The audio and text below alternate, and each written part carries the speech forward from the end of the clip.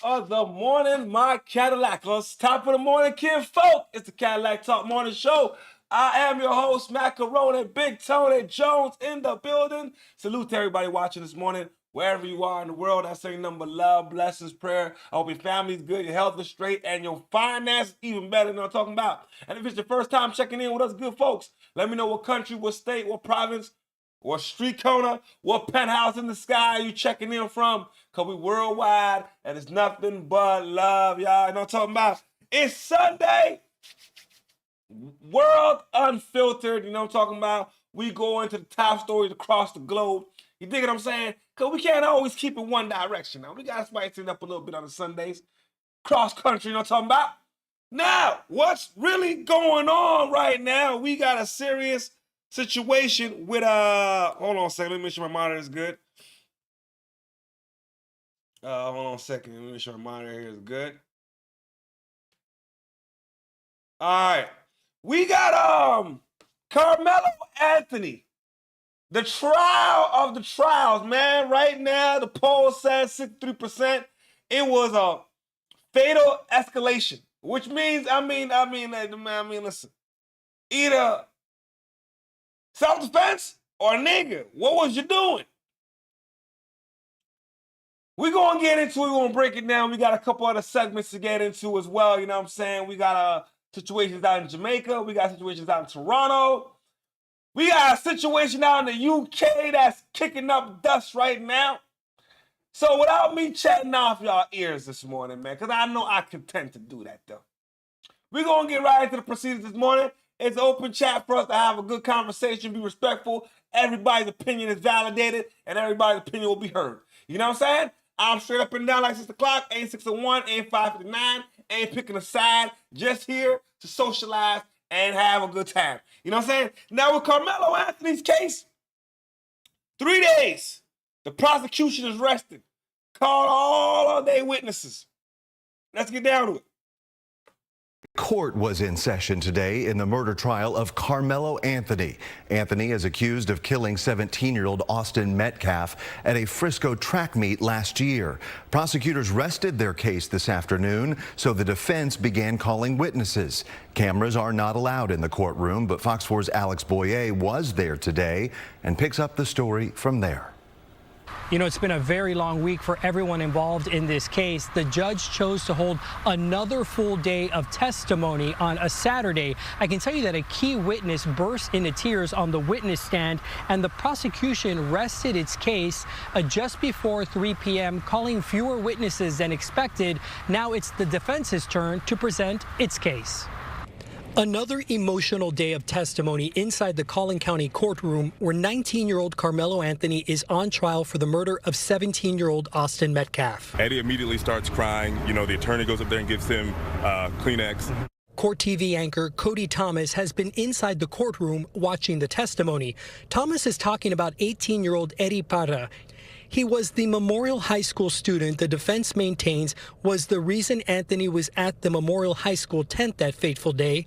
The defense has referred to Parra as Anthony's friend, but when questioned by the prosecution, he didn't define their relationship that way. We finally hear from Eddie, and Eddie all but says that we weren't really that good of friends. I just knew this kid because he was dating my what he called his cousin, but a childhood friend. Eddie's testimony, coupled with everybody else's, doesn't seem like he had any reason being under the tent at all.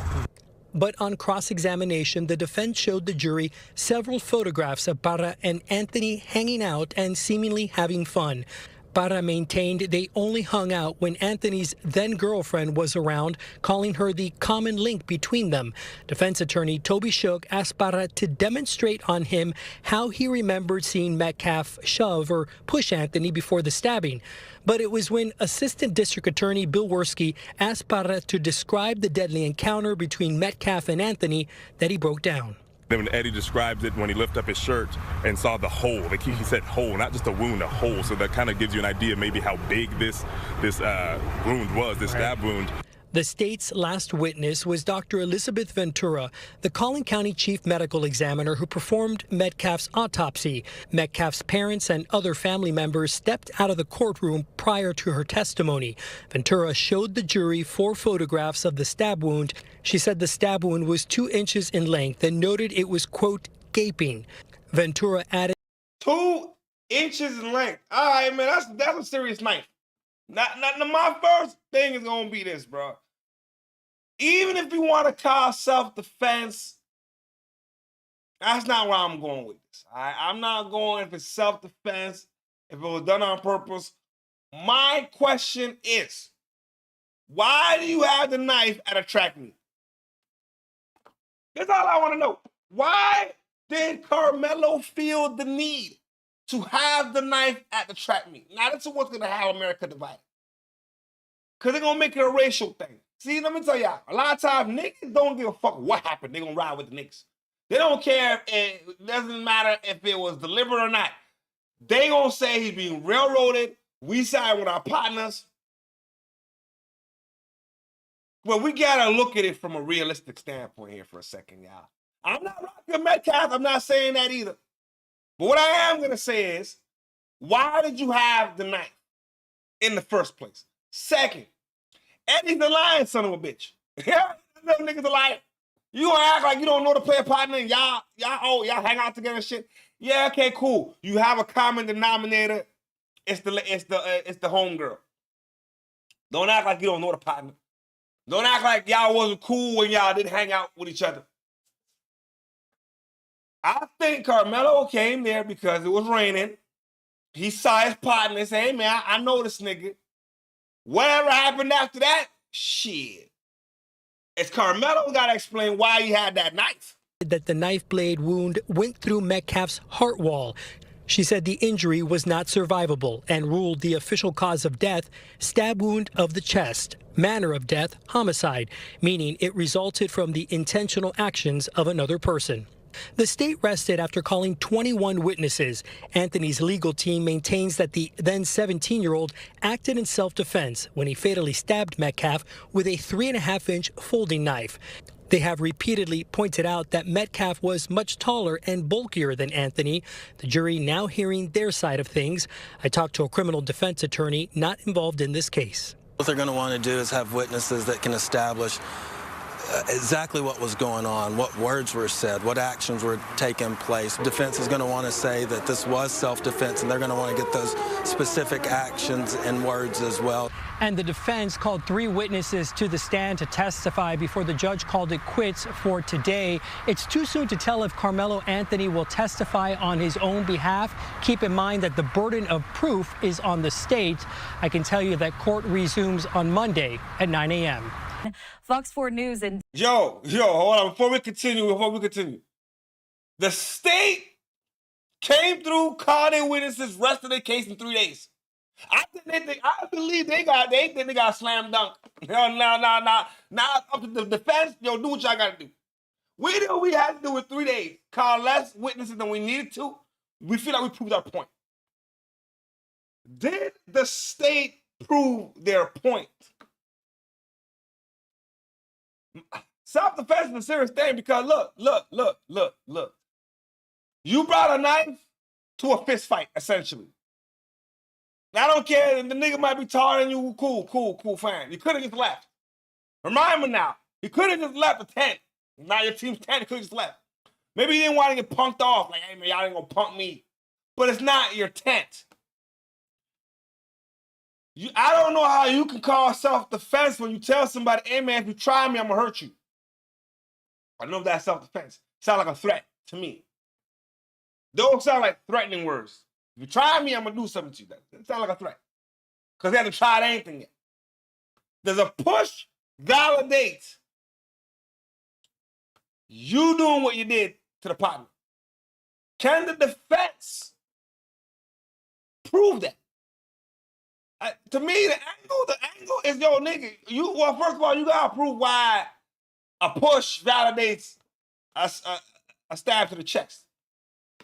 Then you gonna have to prove why, in the first place, he had this knife. What the hell did he have the knife for? it seems to be, it's like white folks on one side, the black folks on the other side, but we have to think rationally here. Forget race for a second.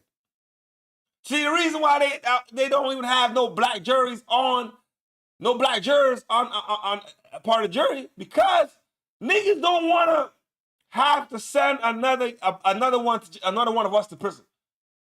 A couple of jurors got knocked off because they're like, man, I can't see myself sending a brother to jail. This can't be a racial thing, man. It has to be called down the middle. You get what I'm saying? It has to be called down the middle. Karmelo decided he was going to bring a knife to the fight. I mean, not even to the fight, to a track meet. So Karmelo got beef with niggas. You know what I'm saying? Unless, yo, man, this school is a school where, yo, niggas gonna get got. Now, I don't know how they gonna spin this one, y'all. Dallas saying testimony was resumed on Saturday in the Karmelo Anthony murder trial for the fatal stabbing of 17-year-old Austin Metcalf at a high school track meet in Frisco in 2025. Taking a live look here at Dallas, Texas, one of the live cameras that we do have in the newsroom. Wanted to run through some details that we have from Fox News correspondent Brooke Taylor, who has been in the courtroom. Now, the biggest takeaway, Brooke Taylor says, is that the state rested its case after calling 21 witnesses. She says at the center of the prosecution's case are the students who were under the team tent and witnessed the confrontation unfold. One witness testified that Metcalf asked Anthony to leave the tent about 15 times before the stabbing. Here to break down day 3 for us in the courtroom is former federal prosecutor Nima Rahmani. Thank you so much for joining us today. Thanks for having me, Alexandra. Big day today in that courtroom.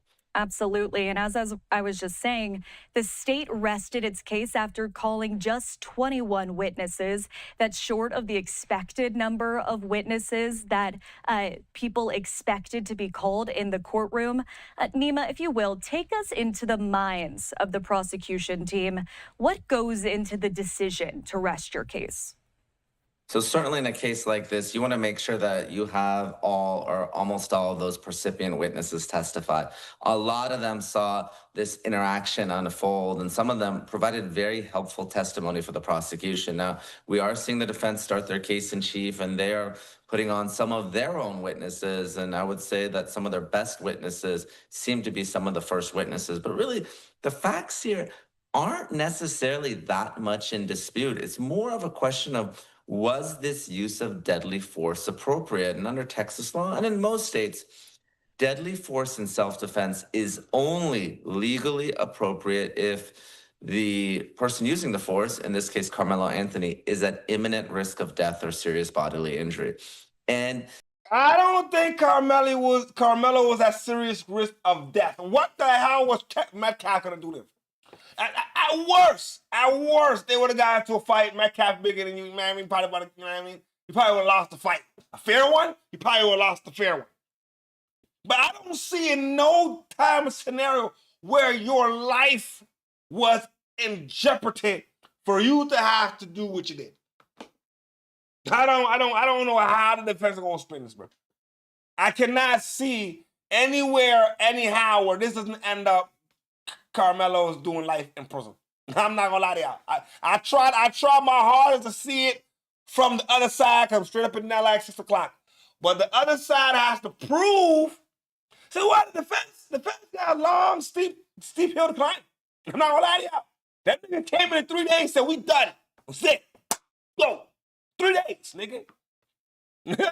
That's not confidence in the motherfucker, nigga. We don't even need all the goddamn witnesses. We did what we had to do. Black folks ain't gonna like this is reminding me of when it was like in the 90s with OJ. Shit. Black folks ain't gonna like this verdict. White folks didn't like the OJ verdict. I think this one, niggas ain't gonna like it. But we gotta be rational for a second here, bro. Why does this guy have this knife at this track meet? Nigga was told 15 times, hey man, get up out of here, man. You ain't even supposed to be here. I feel like Karmelo knew he had the weapon. I felt like, hey man, y'all ain't gonna get me up out of here. I'm gonna do what the fuck I feel like. It gave him power. Again, the weapon gave him power because he knew he had a weapon and none of y'all knew. So this is why he was moving like that. That use of force has to be both reasonable and proportionate. So what you see the prosecution arguing here, Alexandra, is that it was Karmelo Anthony who was the aggressor. He's the one who went into the tent. He knew it was a rival tent. He was asked to leave, and he chose not to do so. And he brought a knife to a proverbial fistfight, even though it was more pushing and shoving. Of course, the defense is painting a very different story. They're saying that it's not uncommon for rival team members to go into opposing tents, and it was raining. And in fact, Anthony seemed to be invited or maybe even welcome. So a very different story being portrayed by the defense as they start their case in chief today on a rare court day on a Saturday. You don't scare us, man. You don't scare us. You're racist. Built on a lie. The courthouse yesterday with dueling crowds on both sides making their voices heard, some focusing on the all-white jury selected in the case. An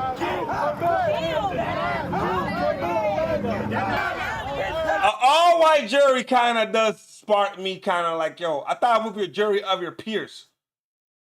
Karmelo was definitely not a white man, white child, white adolescent. He's not white. So they ain't a nan. That sounds like a railroad ready to happen. That's the only part I'm like, yo, listen, hold on. It almost don't even matter what the fucking evidence is. If you mean to tell me every single juror is gonna be white, yeah, I would be very surprised. Extremely surprised if he gets a not guilty verdict. Now, is it murder on the first degree? I don't think so. I don't think, or premeditated murder, I don't think so, man. I think maybe he get out with like a manslaughter. Like, you know what I mean? The heated situation, boom, pop, oh shit. But I don't think the little boy knew deliberately, hey man, I'm gonna take this guy's life, or I came today to take somebody's life. I don't think that was the premises. But, little homie, why did you have that knife? So unless Melo was going through some shit, maybe he had been robbed a couple of times, maybe he had an issue with some motherfuckers, maybe the last time he came to the school it was popping. I don't know. If he could prove something like that, then we could understand why he had a knife. Until that, Joe, I'm gonna tell y'all, man, yo, cooler heads might not prevail if outside the courtroom look like this.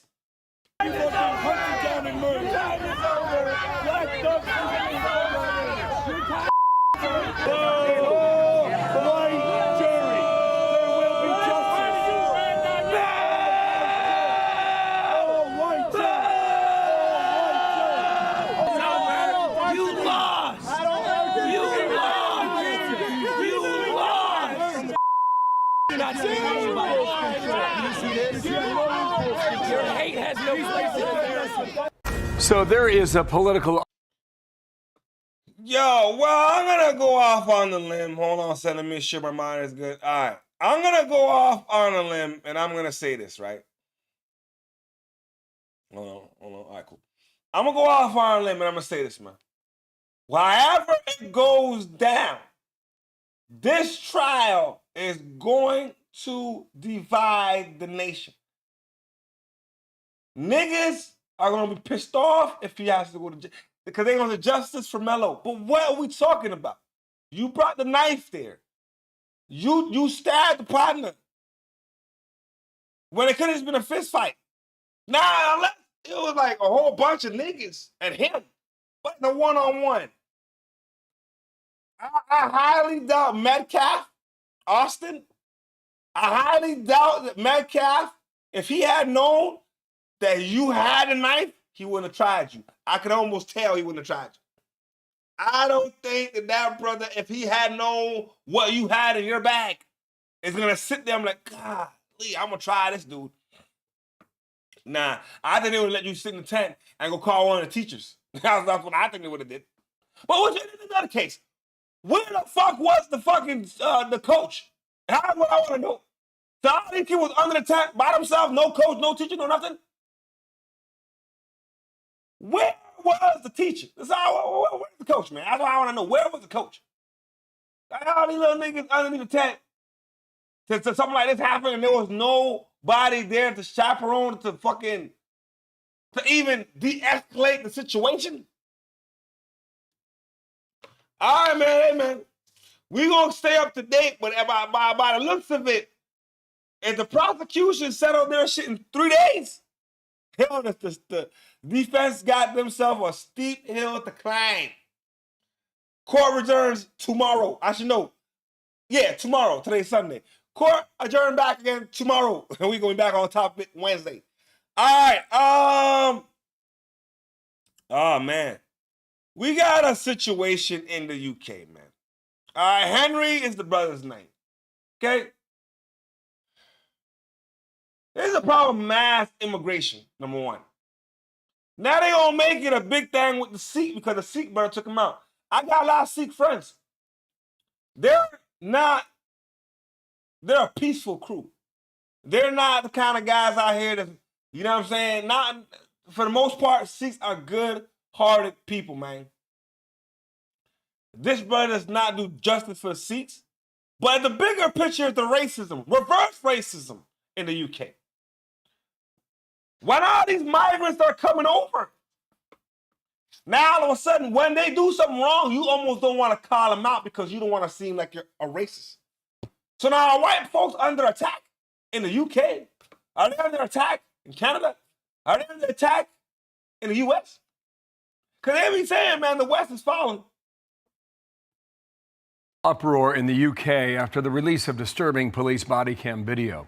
That video shows officers handcuffing and dismissing comments from an 18-year-old man. He was a stabbing victim, lay dying in the street. This after his killer, now convicted, had falsely accused him of a racist attack. That killer is now behind bars for life. We're about to show you some of this video. It's tough to watch. Some may find it distressing, but here is how that happened and now public. Alright, mate, been stabbed. You've been stabbed? Whereabouts? I don't think you have, mate. Oh, I can't breathe. Put the hand in the cuff, mate. Yeah. This is like... He's just been beat up. Are we able to get an ambulance, please? So it went on from there, and violent protests soon erupted in Britain when that video went public. You've got demonstrators furious over the way the victim was treated. They believe that the police have two different standards. Nigel Farage is one of them. He's the leader of the Reform UK. And Nigel, thank you for your time. Keir Starmer went after you. He says you're a fake, essentially, in the following comments. I'll get you to react to what he said. Watch. I'm really shocked that he pretends to have respect for Henry's family and then acts in this way. Grieving family have asked us not to respond in the way that the leader of Reform has responded. They have lost their son in the most appalling circumstance. They make a simple plea of... They lost their son because you allowed over almost 1 million migrants into your country. The fuck are we talking about, man? Mass immigration? All right, cool. Fine. To each his own. But you gotta know who you're letting into your fucking country, man. Because when they come to the country, they're not coming and, joining your way of life. No. They are bringing their way of life to you. They are going to conform. They're going to take over whole blocks and change it. Let me tell you, UK ain't going to look like UK no more. They're going to have, let me tell you what's going to happen. They're going to have Sikh sections, Muslim sections, Hindu sections, whatever the case might be, man. And by the time you look up, they're going to be the minority. And then the police, this is exactly what kind of happened. Reverse racism at its finest. Now this kid's stabbed, and you can't even look at the situation and realize, well, hold on a second, bro. I got a kid here who's stabbed, and I got a guy here who there's nothing wrong with him. Well, obviously, you're the culprit. Us as human beings to please not exploit that. It shows exactly who he is. So, Nigel, you're welcome to respond to those accusations against you. And I just want to get a frame about this riots in the streets and how people are reacting now. I'm really shocked that the Prime Minister, who took the knee after the murder and death of the serial criminal George Floyd. He took the knee. I'm really shocked that after the death and conviction of an innocent 18-year-old boy in the streets of a southern city called Southampton, didn't say a word, nothing, until I raised it on the public sphere.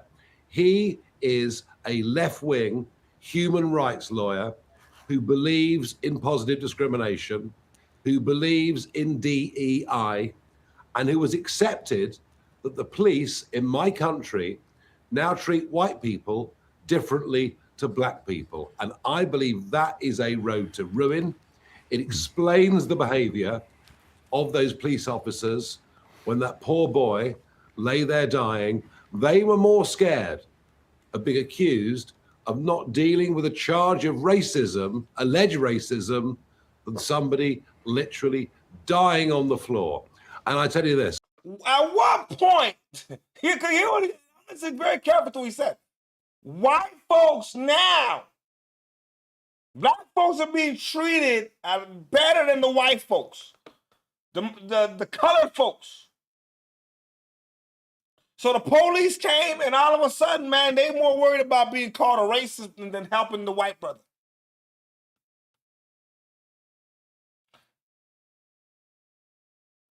My thing is this, right? He had the point. But then now, it should be fair across the middle, man. You can't, if a black brother does wrong, he's accountable. If a white brother does wrong, he's accountable. We can't pick and choose sides. The issue is the government has allowed so much of these migrants into their country that if you go against the status quo, they're going to call you a racist. The moment you say peep, oh man, you a racist. But they can disrespect you. Let me tell you, I live in a country where I seen out my own two eyes. Now them same folks, they could disrespect us, and we've been living here longer than you. You don't even speak proper English. You don't even speak proper English. They talk to us like we ain't shit. Then if we say a peep, oh, we a racist, oh, woo. So I understand it's a thin line, bro. It's a thin line. But they got to do something about the goddamn the immigration, bro. They got send these motherfuckers back. I was there, Bill. I spoke in Parliament yesterday. I had 600 of them screaming at me, shouting at me. But I am more in touch with British public opinion than all of them added up together and multiplied by 10. Okay, let me hear. The police have since apologized. There's a couple of things I wasn't aware of, that I'm aware of now that I want to ask you about. But first, the apology to Nowak's family. I'm so sorry you've had to go through this. And again, and I don't think sometimes it's cutting through, we are saying sorry for handcuffing and arresting Henry. We are genuinely saying that. You know, I hope the conviction of the killer in court is at least some, some comfort to the family. So from the Journal today, the woke murder of Henry Nowak, the inadequate response of so much officialdom is an example of how woke progressive politics has corrupted institutions, including law enforcement in Western democracies. The accused behind bars now is a Sikh, and Sikhs carry ceremonial knives known as kirpan. And this now convicted killer also had an 8-inch dagger on him as well. That's part of what I'm learning about this. And Nigel, I did not realize, I don't know if this is under law, but it was after the sentencing that police made this body cam video public. And now you've got the reaction to it.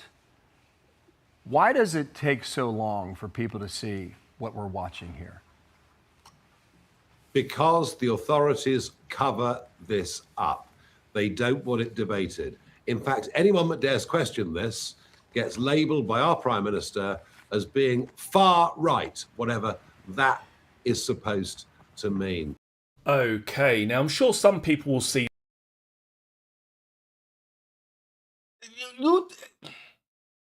The carpan is not supposed to be used for just deadly force. The carpan is not supposed to be used just all willy-nilly. My thing is, how about if they gonna listen, they need to make a law. If you're gonna have your carpan, it can't be a real knife. Fuck that. No, because these crazy ass, some of these motherfuckers is crazy, bro. Sikhs are good people, but you're gonna have in every religion, in every creed, in every color, you're one-offs who fucked up. To save the general public, all right, cool. Y'all carpans can't be live weapons. Cause these niggas is fucking with, wow, this nigga almost killed a motherfucker for no reason. No, actually, he didn't kill a motherfucker. And that gets even worse for what they had. No, man, it gets worse. The mama tried to hide the weapon. They got all kind of weapons in their house. These niggas is reckless. And the police would do nothing about it till it's too late. Now you want to offer apologies. My question would be, if the situation was flipped, if the police officers got there and they saw the Sikh brother on the floor and the white brother standing up saying he was a victim, would they still believe? Would they believe the white brother? Or would they look at the Sikh and say, hey man, oh well, we gotta arrest this white guy? If the situation was flipped, it would have ended up the same way. The answer is no. My nigga, they're racist. That's it. They're racist. This video and they'll say, oh, you know, it's only an air rifle. It's just what kids do, you know, shooting things in the back garden. And I would kind of possibly go along with that if we didn't have the fact that one of these individuals has just stabbed someone to death. And also, when you combine this footage with the road rage incident that allegedly shows either Vikram or Gurpreet brandishing a sword at other motorists, and when you factor in that inside the Digwa household, police found at least 20 weapons, including knuckle dusters, knives, a machete, swords, a baton, and kusaris.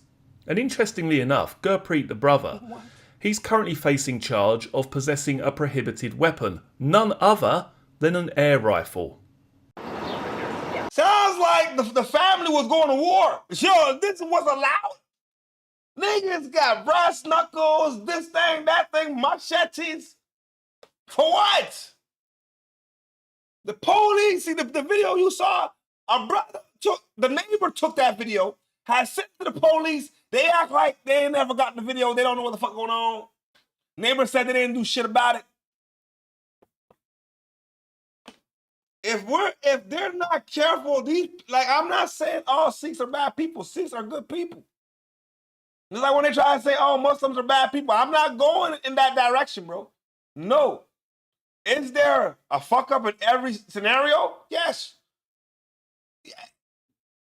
Every fucking creed has a fuck up, one or two fuck ups, man. That's how the game goes. Nobody's creed is perfect. I don't care what creed you are. I don't care what religion you are. Nobody is 100% across the board perfect. You think what I'm saying?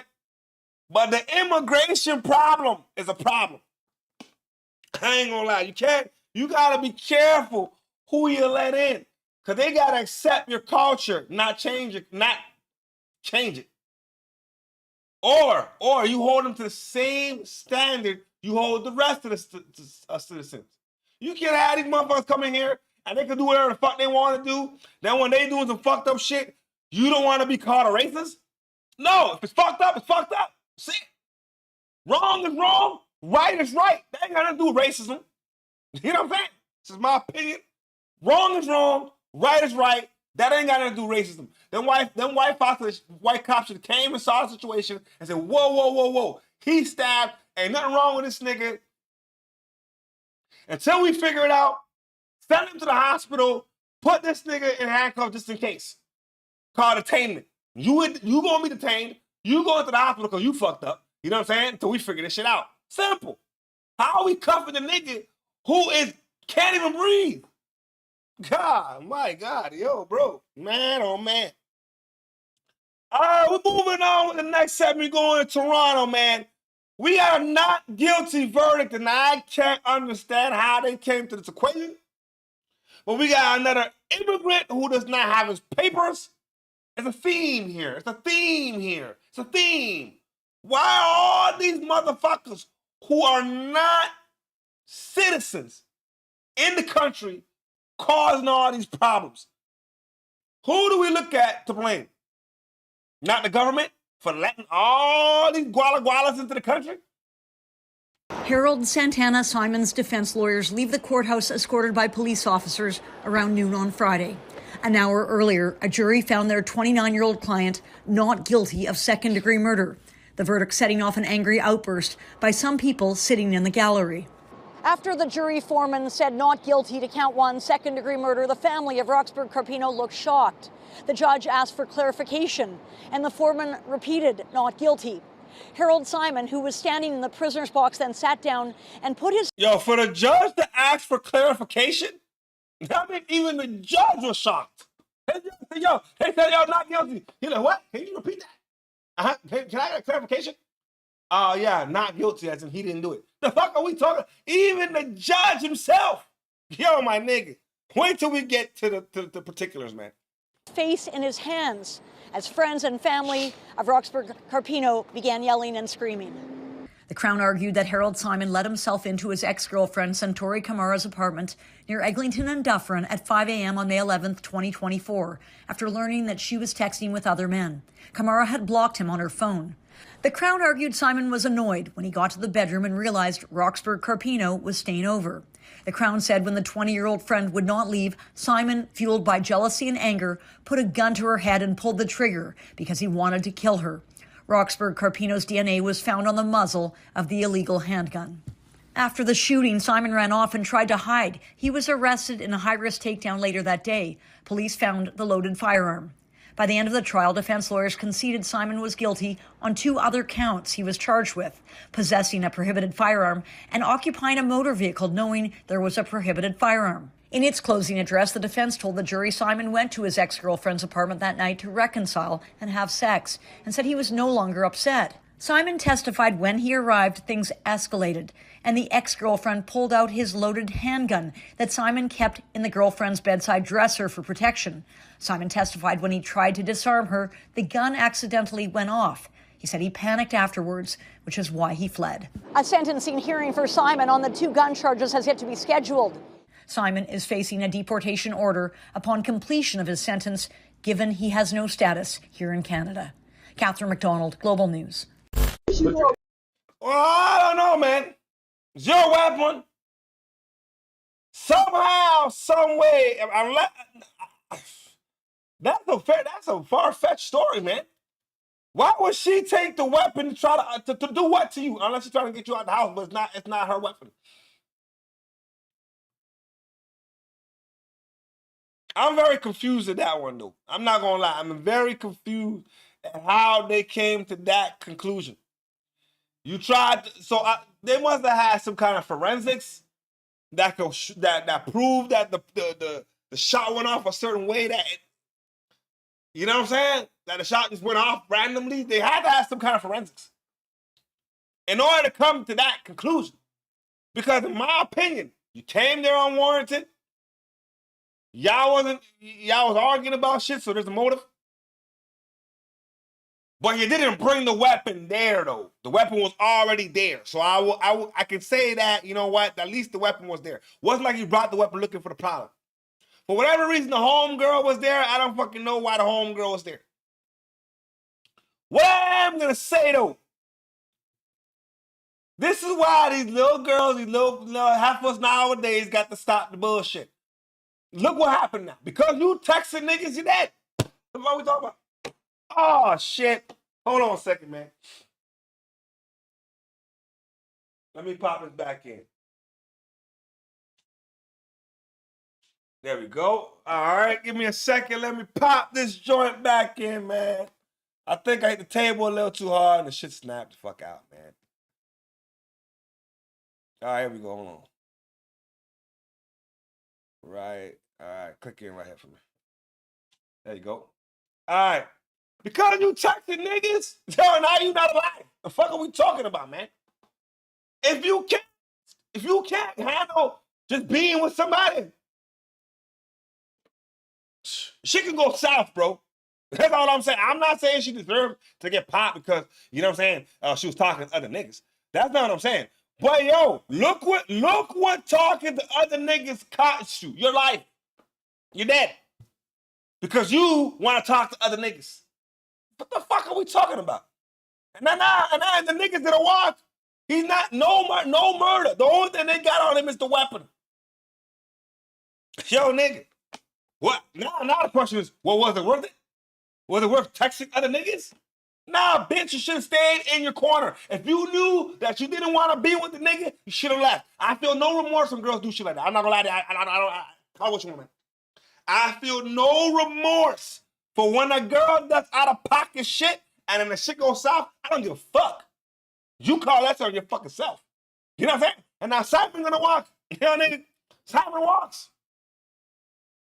Oh my God. Yo. Lesson learned, nigga.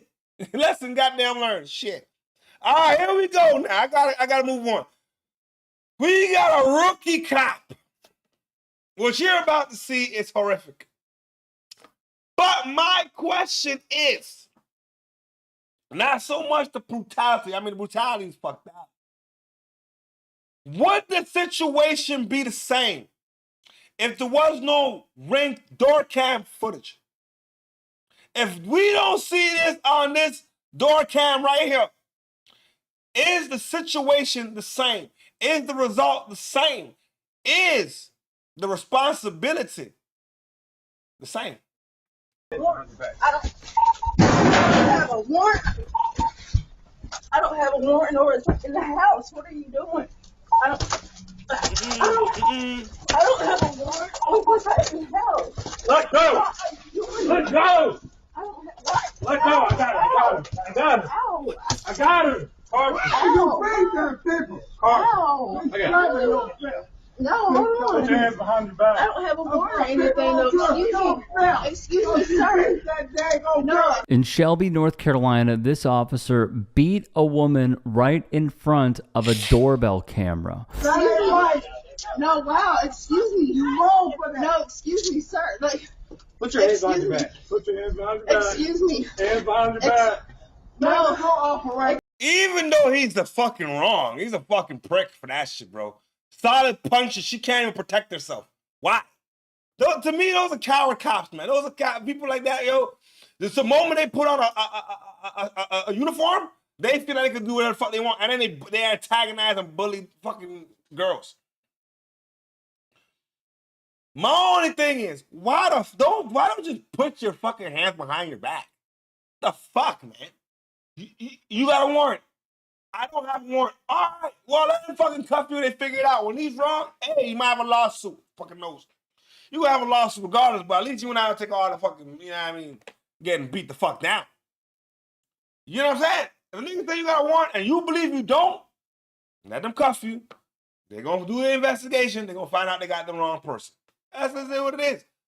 That's not the time to be sitting there trying to exercise your rights. Not with a tyrant any goddamn way. That nigga ain't gonna let you get 2 words in. No. Hands behind your back. I rebuke the name of the Father, Son, and the Holy Ghost, the devil. No, what you are? Where's that girl? Excuse me. No, excuse me. Excuse me. Can you? Excuse me. Baby, cooperate. Excuse me. That's what they do. No, excuse me. Yeah, can you? Can you call somebody? Put your hands behind your back now. Can you call somebody? Put your hands behind your back now. No. Put your hands behind your back. I don't have a warrant. Put your hands behind your back. I didn't. Baby, I don't have any issues. Can you take me to mental health or something? I'm not on medication. Can you call my daddy? I'm not on my medication. Call my daddy. I need to go to the God have mercy on y'all folks. Y'all don't preach what y'all know. I seriously don't have a warrant. Look at my name and call things to the crisis center. Huh? Call things to the crisis center. Call my daddy. I'm not on medication. Can you call my daddy or something? Like, call him.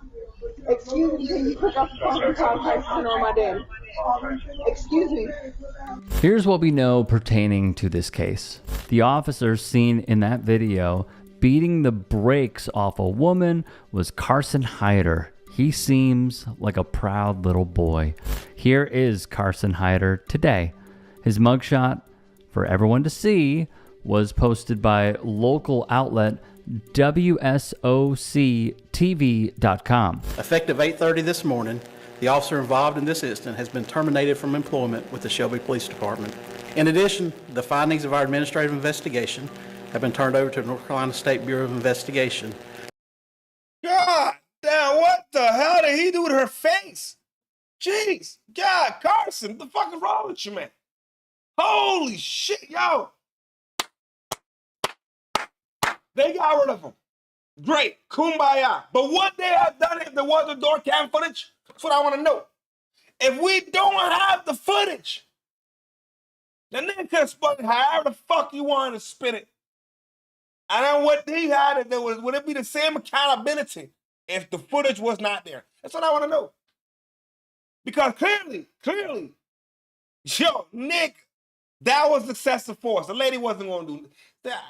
See, they can't just use, they use this excessive force thing all the fucking time. Like, nigga, you got a gun, a taser, a vest, all kind of shit. A baton to bust a motherfucker, all kind of shit. What is this girl a threat to you? How? Man, I'm glad they charging that nigga. For an independent review of any criminal violations. This step is being taken to ensure transparency, accountability, and public confidence in our actions as a law enforcement agency. As a lifelong resident of this community, I care deeply about the residents we serve and the reputation of this department. While this incident does not reflect the values of the Shelby Police Department, it does reinforce the importance of holding ourselves to the highest standards of conduct.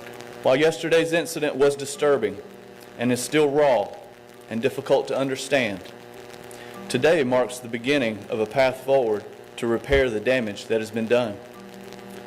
This is a path that we must walk together, hand in hand, unified with the common goal of understanding, supporting each other, and strengthening the fabric of a community we all hold so dear. My staff and I are committed to this path and will work every day to be better tomorrow than we are today.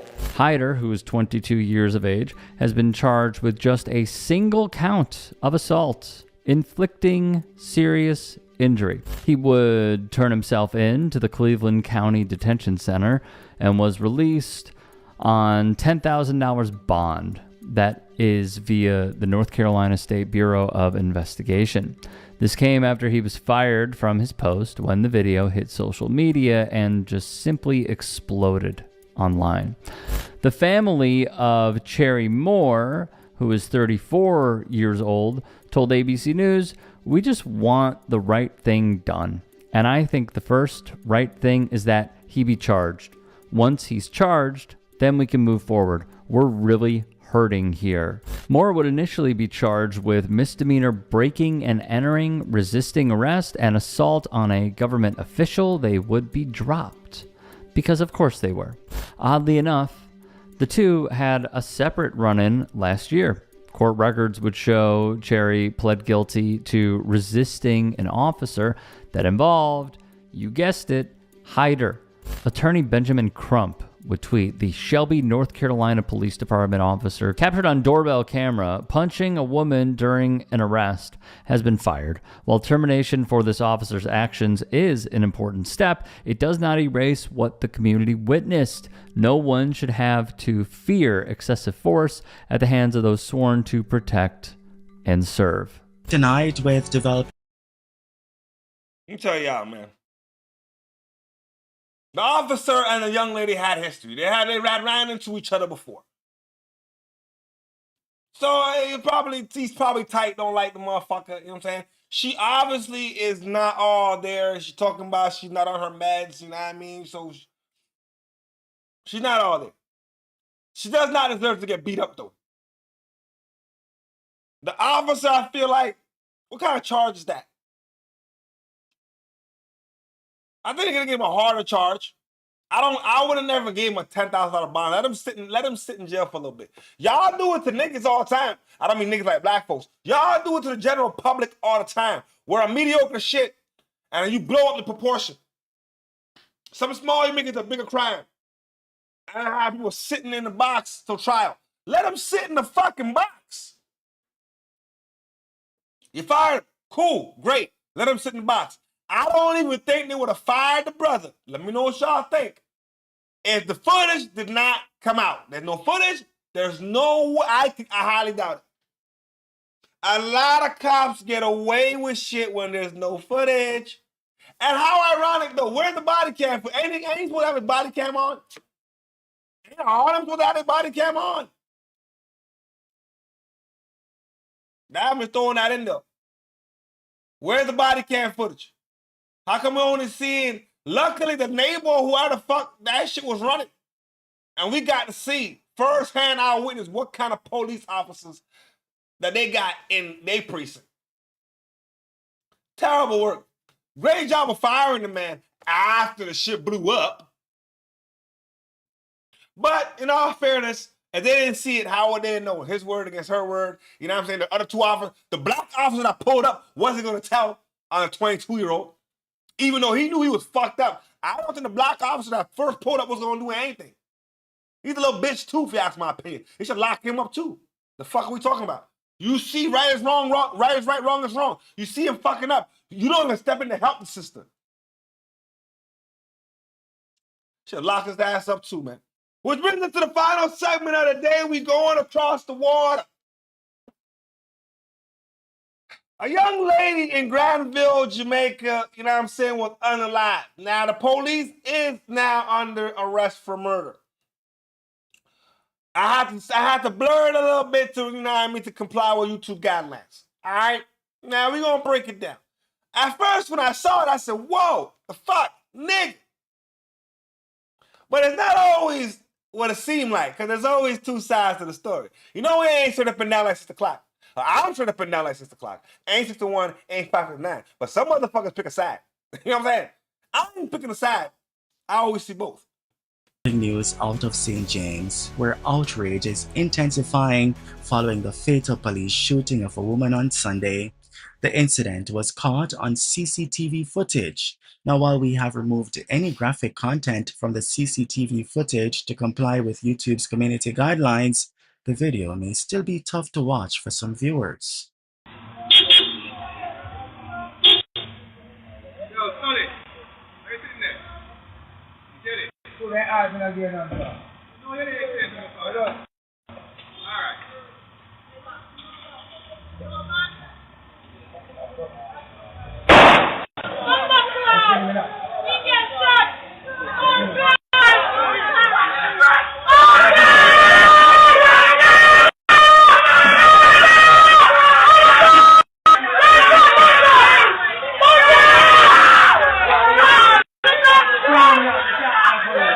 The woman has been identified as Latoya Bulgin, otherwise called Buju.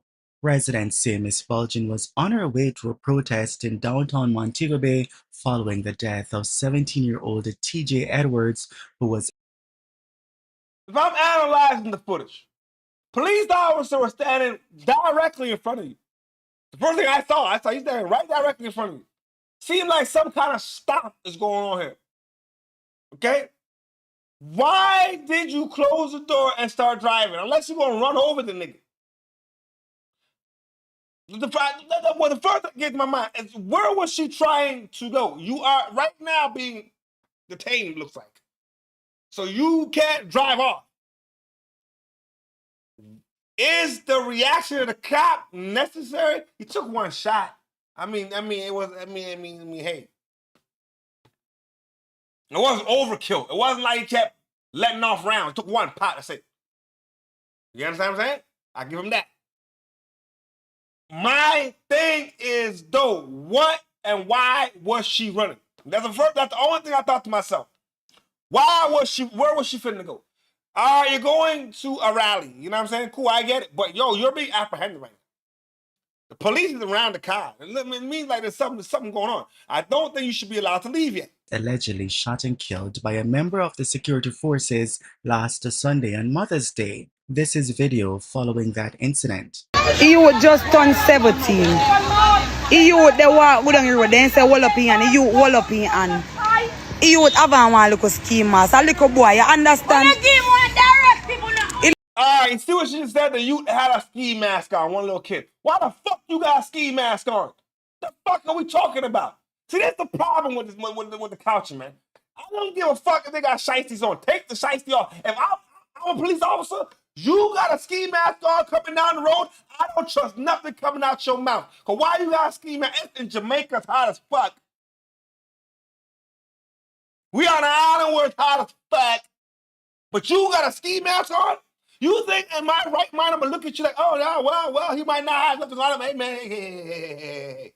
Take the fucking ski mask off. These young little niggas think that's a fashion statement. That's a death sentence. The fuck are we talking about? Little boy no have nothing on him when they search him. They still kill the little boy.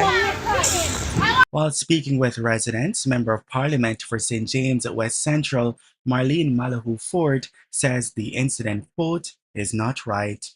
Not right. And I know that the community is angry, grieving,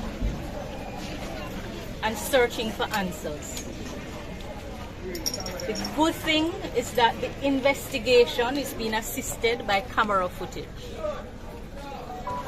And the investigation has proceeded swiftly. I want to ask you to stay on the right side of the law.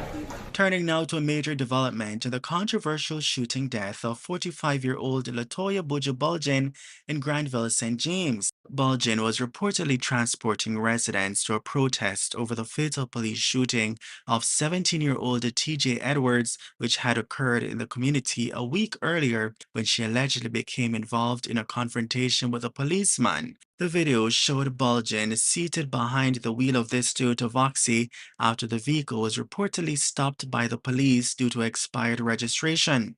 According to accounts presented in court, Bulgin allegedly told officers, quote, "My vehicle nah seize today, but rather run this over one and kill you today," end quote. All right, end quote. Yo, she just said, you're not taking my car today. I'd rather run one of y'all niggas over and kill you today. So what do you think was gonna happen?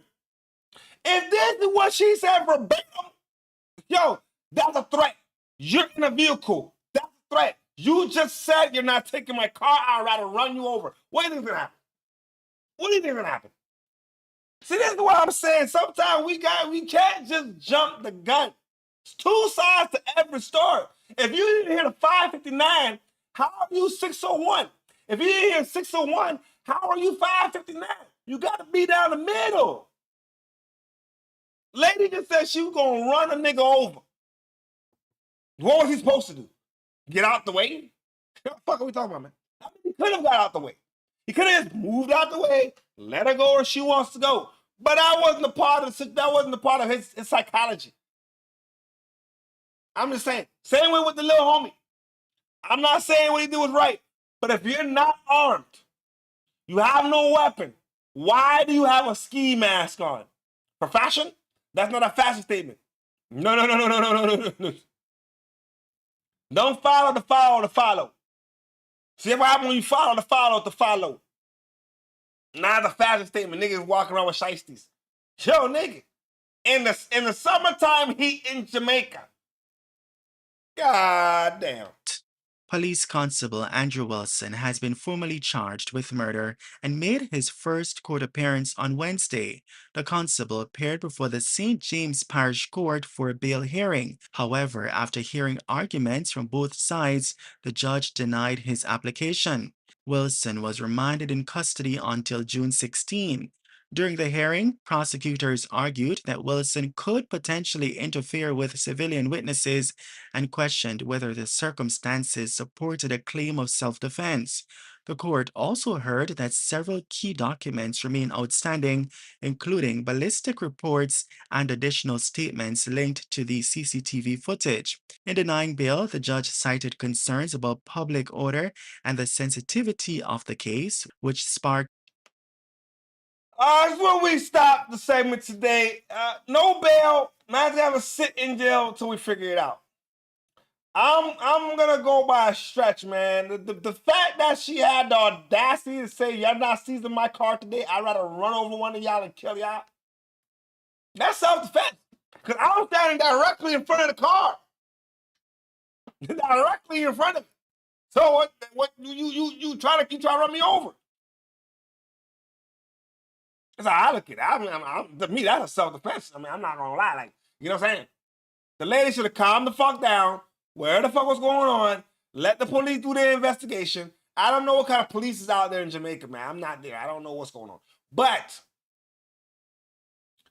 and anywhere in the world, if you tell and utter out loud, I'm finna run you over, and a cop is standing right there, man, it might not be the way you expect it to be. I'm gonna throw it out there. It might end up in a scenario like we have right now. And little homies, I don't care if it's 12, 15, 16, 17, you should know better than to come outside wearing a ski mask. Unless you're going skiing. Niggas want to go skiing, by all means, go skiing. Go find a hill, go skiing, man, wear all the masks you want. But if you're walking down the street on a regular hot climate place where there ain't no skiing, fuck you got a ski mask on for? He's a young little nigga. I don't give a fuck what he is. He could be a terrorist threat. And then now when you dismantle the threat to find out he ain't got nothing on him, hey, yo, okay, we fucked up. But how are we supposed to know? He walking down the street with a ski mask. How are we supposed to know? We gonna wait till he does something fuck up? And then y'all gonna say, well, why didn't you check him? The double-edged sword. Come on with it, bro. Either you gonna get got, or either you gonna do the gotten, or you might get got. That's all I'm saying. Brings us to the end of the segment today. We gonna be back at it again Wednesday morning, 9:30 Eastern Standard Time roll call. Y'all know what time it is, man. Enjoy y'all Sunday. Have yourself a good time with the family. Do what it do. You know what I mean? And as always, play on, player. Play on.